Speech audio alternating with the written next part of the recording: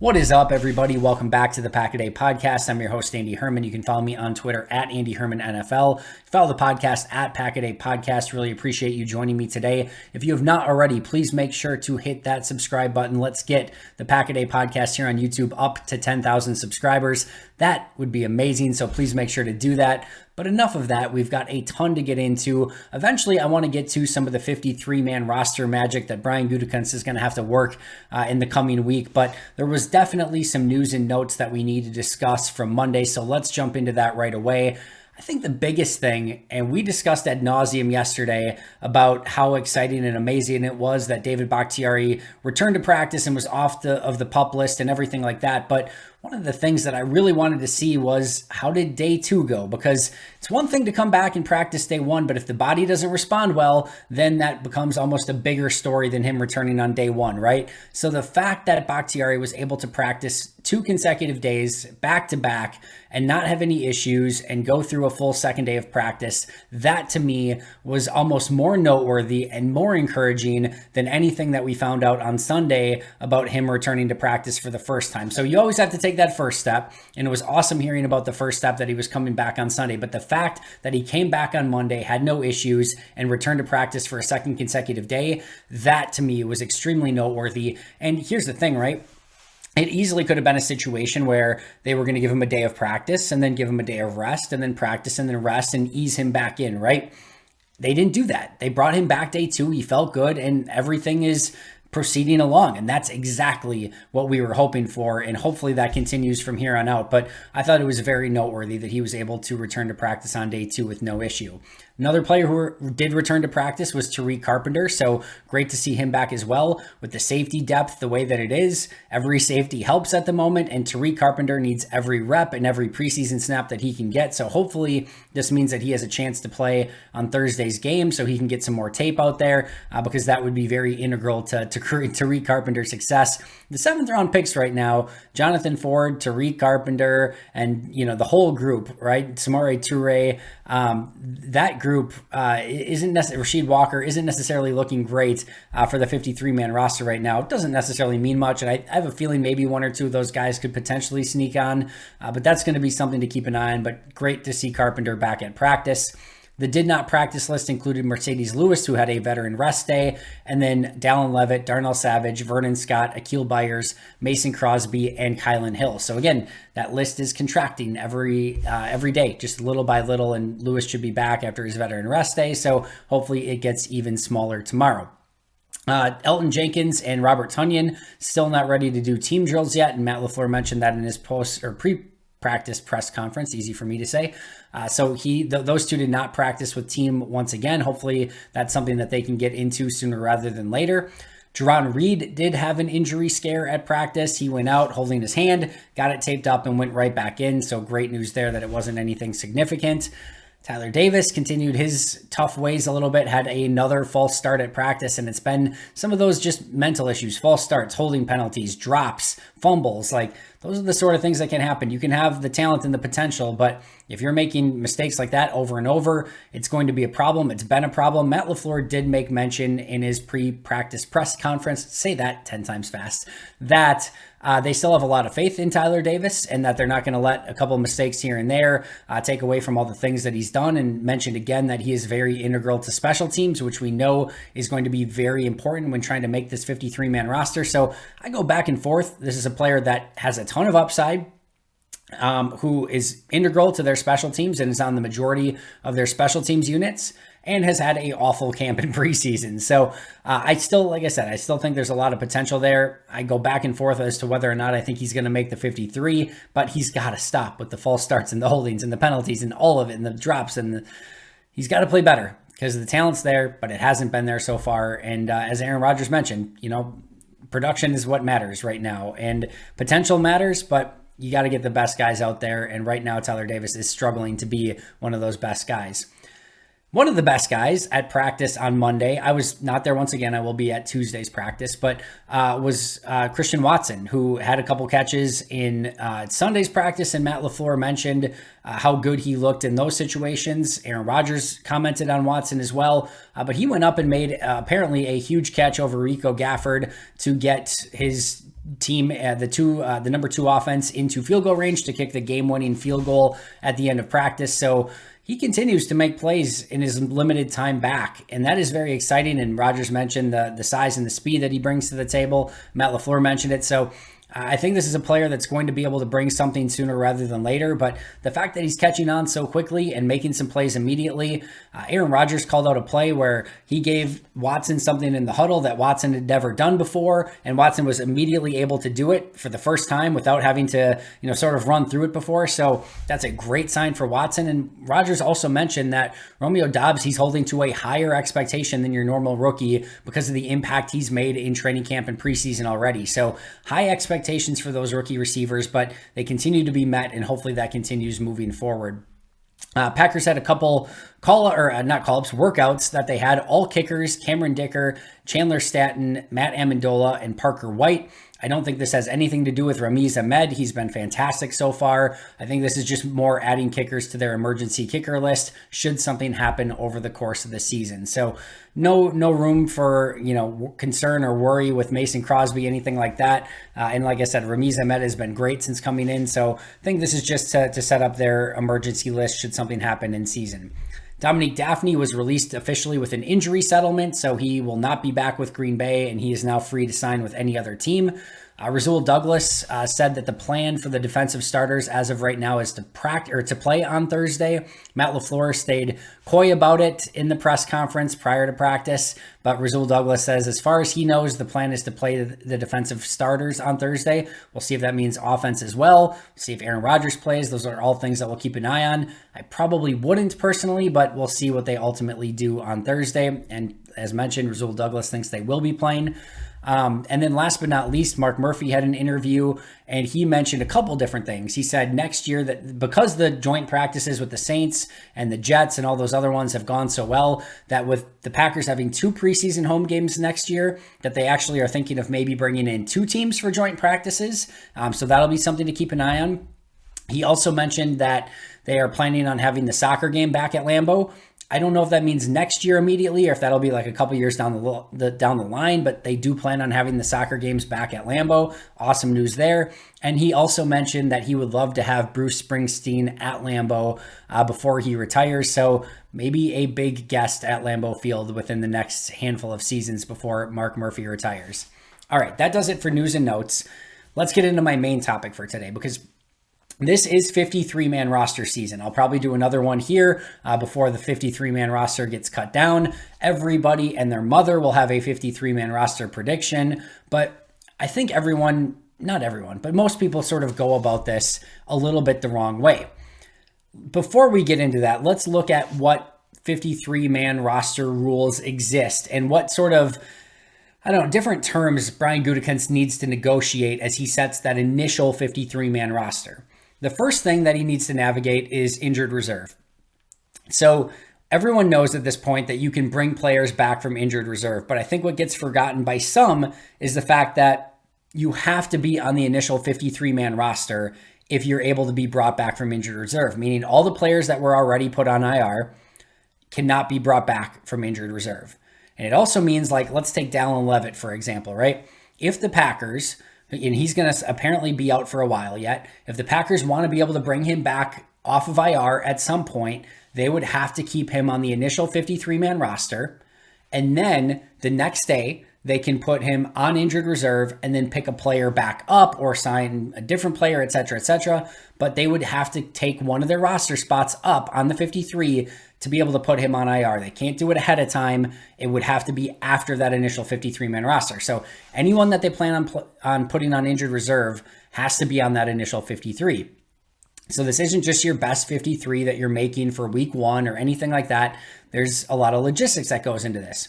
Same thing with the PUP list. If you are going to start the season on the inactive PUP list, you have to be on the PUP list throughout training camp. And there's 2 players that can still be placed on the inactive PUP list. and that goes for Kylan Hill and Mason Crosby. So if they pull either of those players off of PUP prior to the start of the season, that means they could be available, but that means you could not put them on PUP to start the year, and they would not be able to, miss those 4 games and then come back. They would have to be on the active roster. You could put them on IR after putting them on the active roster. There's a player I think could potentially be in play for that, which I'll talk about in just a little bit. But if you want to put them on the PUP list to start the season and save a roster spot, then in that situation or scenario, Crosby and Kylan Hill would have to stay on the PUP list up until the start of the regular, up until they make their 53-man roster decisions.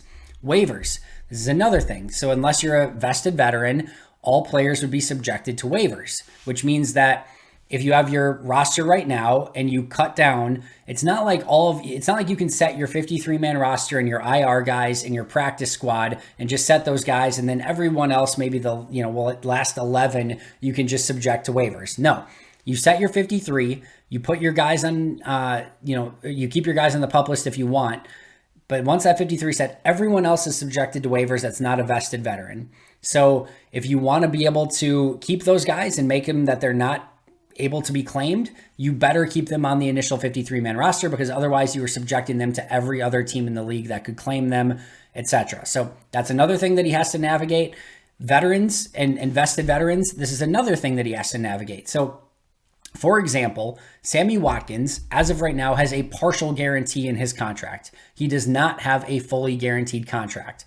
If he is on the roster for week 1 of the regular season as a vested veteran, his entire contract becomes guaranteed. Same for Mercedes Lewis, same for every veteran. So any veteran who just has a partial roster guarantee and not their full guaranteed contract, which is all of them. I don't think anyone has their full contract guaranteed. Actually, I'm sure it doesn't matter. The point is that if you don't and you are on the active roster for week 1, you will get that full guaranteed contract. So if they didn't want to guarantee all of Sammy Watkins' contract, they could potentially release him prior to week 1, hope that he sticks around, and then pick him up after week 1 so that they wouldn't have to guarantee his full contract. So that's something that is in play as well. And then again, you remember that you get a 16-man practice squad, but everyone that you want to put on the practice squad has to be subjected to waivers first. And then if they don't get claimed, they can be put on the practice squad. But the other thing that you need to remember is that there is no honor system here, right? So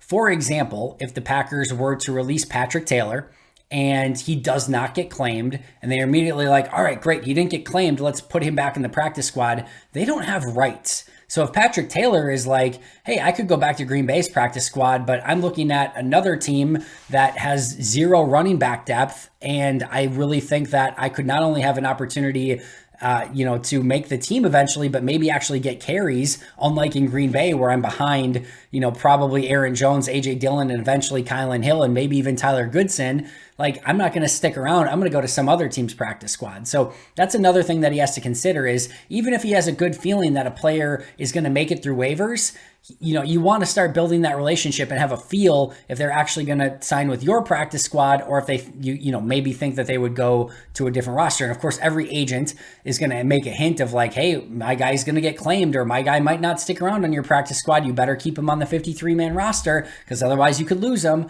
So those are all the things that Brian Gutekunst has to navigate. And I think what people get wrong is how they usually look at a 53-man roster. I think what most people do is they go, okay, quarterback, we got to keep 2. All right, Aaron Rodgers and Jordan Love. All right, running back, you want to keep at least 3. All right, so that's going to be Aaron Jones, AJ Dillon, and Tyler Goodson, or whomever. Wide receiver, all right, we're going to keep 6. And then tight end, we're going to keep 3 or 4. Offensive line, we're going to keep 10. Defensive line, we're going to keep 5 or 6. Edge, we're going to keep 4 or 5. Inside linebacker, 4. Corner, 5 or 6. Safety, 4 or 5. Kicker, punter, long snapper, right? They go and they have these numbers in mind, and they know that maybe one could be fudged here or there. But in general, that's what they're looking for, is to like fill in each of those boxes so that Green Bay has enough players to fill in each of those spots.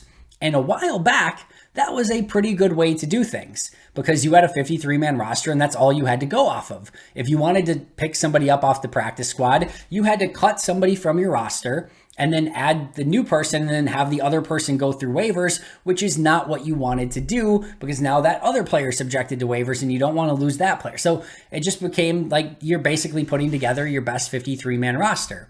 That's not necessarily the case anymore. And the reason that is, and why Brian Gutekunst has talked on a couple of different occasions of building the best 69-man roster, is because you have a 16-man practice squad and you have the ability to call players up from the practice squad. And you have every player on the practice squad has 3 call-ups available to them. So that is huge for trying to build a roster. So for example, if you feel like, and I'll just say, I've talked about this in the past, but let's use the running back position as an example here, right? I've talked about this before, that every team, at 32 teams in the NFL and all of their fan bases, think that they've found some running back who's going to be really, really good moving forward. That's just like the state of the running back position. So the odds are that if they release Tyler Goodson and Patrick Taylor and Dexter Williams, I don't think any of those guys are getting claimed. Maybe Tyler Goodson, I highly doubt it. He's an undrafted guy, didn't get a huge bonus, which means that there wasn't a huge desire for his services. And while he's had an okay preseason, so have like 100 other running backs. Like, he's not, I don't think he's going to be very far up on the radar of most teams, right? So I think you can cut Tyler Goodson and Dexter Williams and Patrick Taylor and feel very confident that you're going to be able to get those guys back on the practice squad. So that's, you know, in the idea of that you want to keep your best players, you might be able to feel like, I can get just Jones and Dillon on my active roster. I can get those other 3 guys back on the practice squad, and now I've kept all of the players that I want. And you might be like, Andy, you can't go in to a regular season with just 2 running backs. It doesn't matter if they're on the 53 or the 16-man practice squad if you can call them up. It has 0 difference. And if you feel like you have to have 3 guys active for game day, which on most days you're going to, you call up a running back for game day. You call up Patrick Taylor. You call up Tyler Goodson. You call up Dexter Williams if you need them. And even if you felt like, all right, maybe I don't want to keep 3 running backs on the practice squad, I just want to keep 2 of those guys. Okay, you keep Taylor and you keep Goodson, and you have 6 weeks to play with there. And then guess what? By that point, Kylan Hill's probably back, and you add him to the active roster at that point, because as soon as he gets back, he's going to get added to the active roster. So if you're feeling pretty comfortable that Kylan Hill is going to be back by week 7, you have your first 6 weeks covered of 3 weeks with Tyler Goodson, 3 weeks with Patrick Taylor, week 7, Kylan Hill's back, and you're good to go. You add him to the 53 at that point. And as time goes on, you're going to have guys on the active roster that get hurt, and you put on IR, and then you bring somebody up from the practice squad. So by that time, you can just fill those positions out rather naturally, and you're still keeping all of the guys that you want to keep on your roster. So rather than looking at it as, I need to fill out all of these different positions, what you really want to do is try to keep all of your players in the top 69 and not subject the guys that you think are going to potentially get claimed to waivers. And a key example of this, and why Brian Gutekunst is usually ahead of the curve and just kind of thinking ahead of things, is that in Chris Barnes' rookie season in 2020, they released him on the 53-man roster cutdown days. They cut him, and they knew he was going to be the starter at inside linebacker week 1. They released him, subjected him to waivers, knowing pretty darn well, and Brian Gutekunst has basically said this on record, knowing pretty darn well that he was not going to get claimed by any other team. And then they would be able to bring him back on the active roster prior to the start of the regular season, and then put him on the roster for game day and start him. They knew, and that's where the gamesmanship of 53-man roster building is involved, right? They had a very good feel. You're playing a little bit with fire here, and he could have potentially got claimed.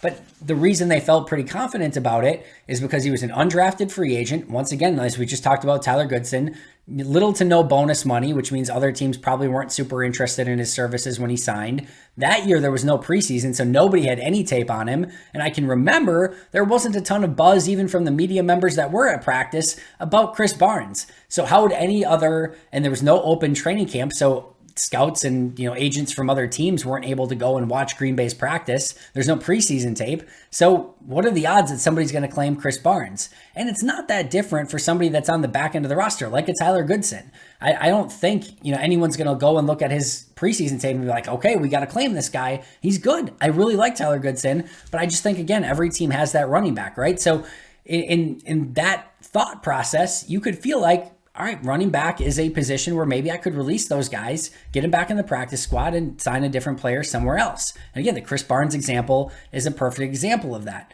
So instead of looking position by position by position, go over your 53-man roster and say, all right, who are the 53 guys that I don't want to lose and I can't have claimed by other teams? And that's where guys like Caleb Jones, maybe a Samori Toure, and those type of players are guys that Green Bay could say, you know what, I don't think Caleb Jones is going to get claimed, and I don't think, maybe Samori Toure is going to get claimed, or a Jonathan Ford, or, one of those type of players.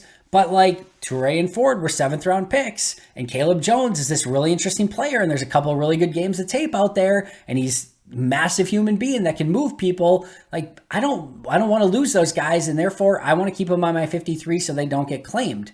And if that's the case, you've got to be a little bit creative with your roster building. So here are some ways that I think could at least get considered by Brian Gutekunst. And these are all different situations. So we're going to go over a variety here. We talked about running back, right? I think there's a real world in which Goodson, Taylor, and Williams are all released, subjected to waivers. They only keep Dillon and Jones so that they can keep maybe 8 wide receivers or more safeties or whatever they need. And they bring those guys back to the practice squad. And while it would be a bummer if they lost Tyler Goodson, it's not a game changer. And here's the deal, right?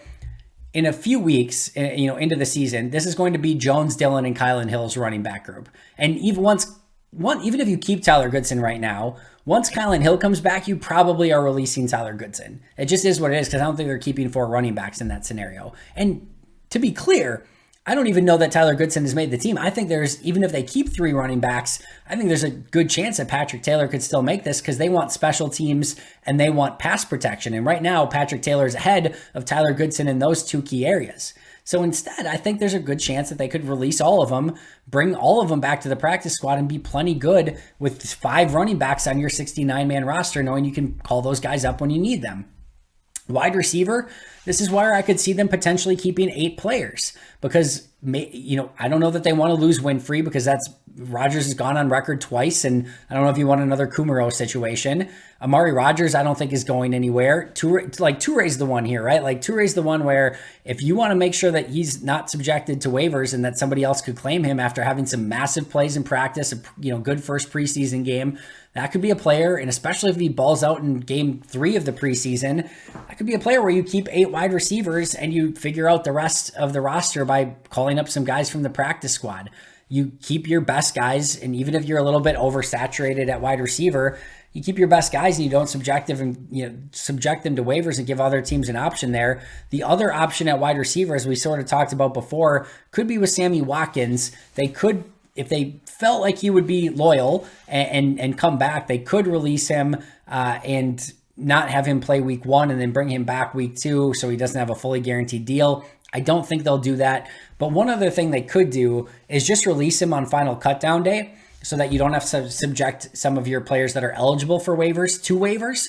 So what that would do is you would have the immediate cap hit for his bonus, which you've already paid anyway, and it's going to be towards the salary cap anyway. So that doesn't really matter. And then you would release him at cutdowns so that you could keep a Dallin Leavitt, let's say, on the active roster, and then all of your other guys that you don't want to subject to waivers. And then Watkins can't get claimed by another team because he's a vested veteran.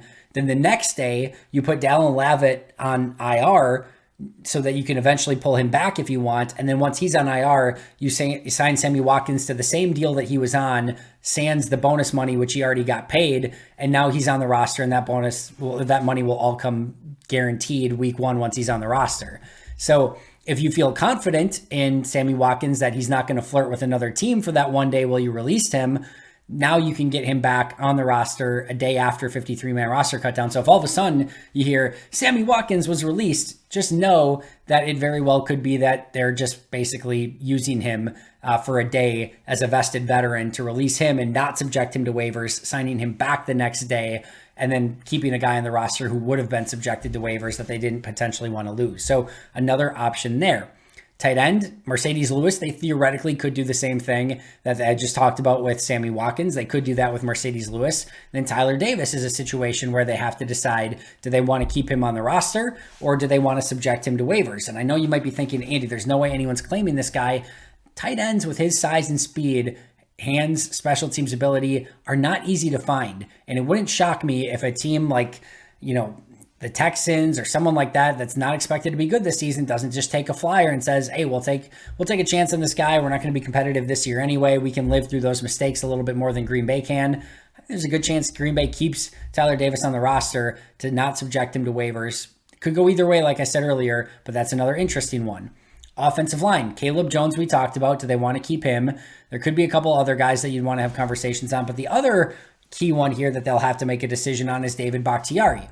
So we talked about yesterday how even though David Bakhtiari is off of PUP, it doesn't necessarily mean that he's going to be ready to go in the first 4 weeks of the season. So if Green Bay feels like, all right, we need to get this guy, back at practice and doing all those sort of things, but he's just not ready to play.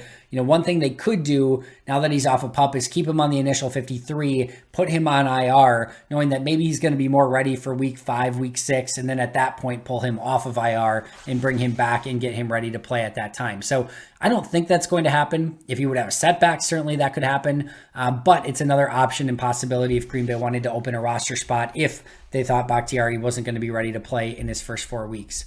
On the defensive line, as mentioned before, Jonathan Ford could be a player, 7th round pick, that they like his upside, maybe don't want to subject to waivers. Edge is another position like running back, right? If you told me in if you go on every week of practice, you could have told me that a different edge rusher was the favorite to be the number 3 or 4 edge rusher.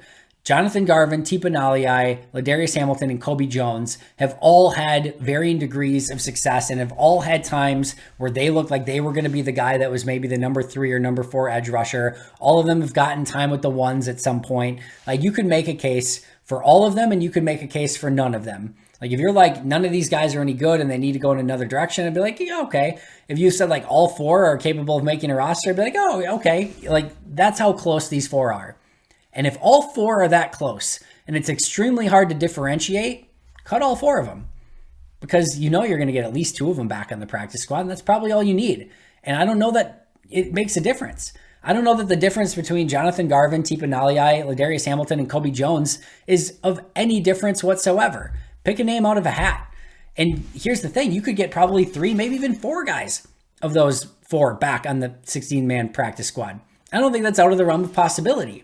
So you have to be a little bit careful here because you can only call up 2 guys total, assuming you have a full 53-man roster. But they could cut all of them. Probably none of them get claimed. Put them on the practice squad. Or again, once Dallin Leavitt, maybe a Vernon Scott or other guys go on IR, maybe you bring 1 or 2 of them back and put the other 2 on the practice squad. That's another position where, let's say, if any of them gets claimed, right? If Garvin, Tipa, Hamilton, and Kobe Jones all get cut and one of them gets claimed, which one are you upset about? Especially if I told you that the other 3 remained on the roster. Are you concerned at all? I know I certainly wouldn't be. And good for the person who gets claimed. And I don't think Green Bay is going to lose any sleep over it. So that's another position, very much like running back, where keep Enigbare, keep Gary, keep Preston, release the rest, bring back 3 of them on the practice squad, elevate 1 on game day, and you're good to go. Or elevate 2 on game day, and you're good to go. That's another option. Corner could be the same, right? Rico Gafford and Keandre Thomas. You could keep one of them as your number 6 corner. You could cut both of them and say, we'll get one of them back on the practice squad at least, probably both.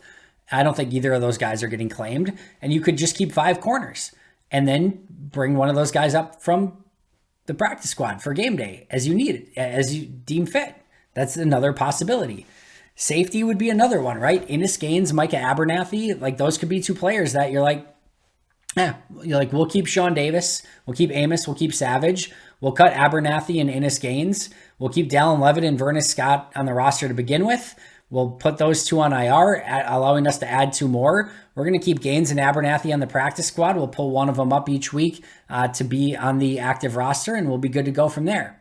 So those are all different options, and like I said, they have to be a little bit careful. You can't do all of these, right? You can't do the running back one, the edge one, the corner one, and the safety one, because again, you can only call up 2 guys from the practice squad. So you'd have to limit it to 1 or 2 of those. But these are all different options that Brian Gutekunst is going to have at his disposal. And how he will go about it, and this front office will go about it, and how you should go about it is keep your top 53. Make a list of the 53 guys that you do not want to lose. And once you have that list, then those are the guys you want to keep. Don't look at it in like a horizontal board where we have to fill every position to a certain cap and then we're good to go.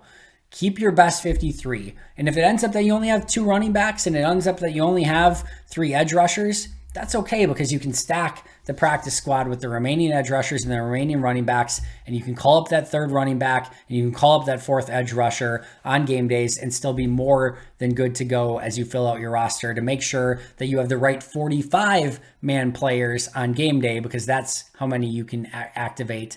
That's not true. It is 48. Sorry, not 45, 48. So you can activate 48 on game day to make sure that you have the best 48 active players when you're actually going to play the game. So that's all that Brian Gutekunst will be thinking about, amongst many other things, including trades and waiver wire pickups and all of it that he's going to have to go through. But I just wanted to address this because, again, I think it can sometimes be misconstrued that you have to fill these certain pockets of players, and instead it should be looked at as keep the 53 guys that you don't want to lose under any circumstance, and then fill in any gaps at the positions that you're low in with the practice squad and call up players as needed. That is going to do it for me today. I appreciate you joining me and nerding out with me about practice squad call-ups and 53-man roster constructions. That is the stuff I geek out on, so I love talking about it.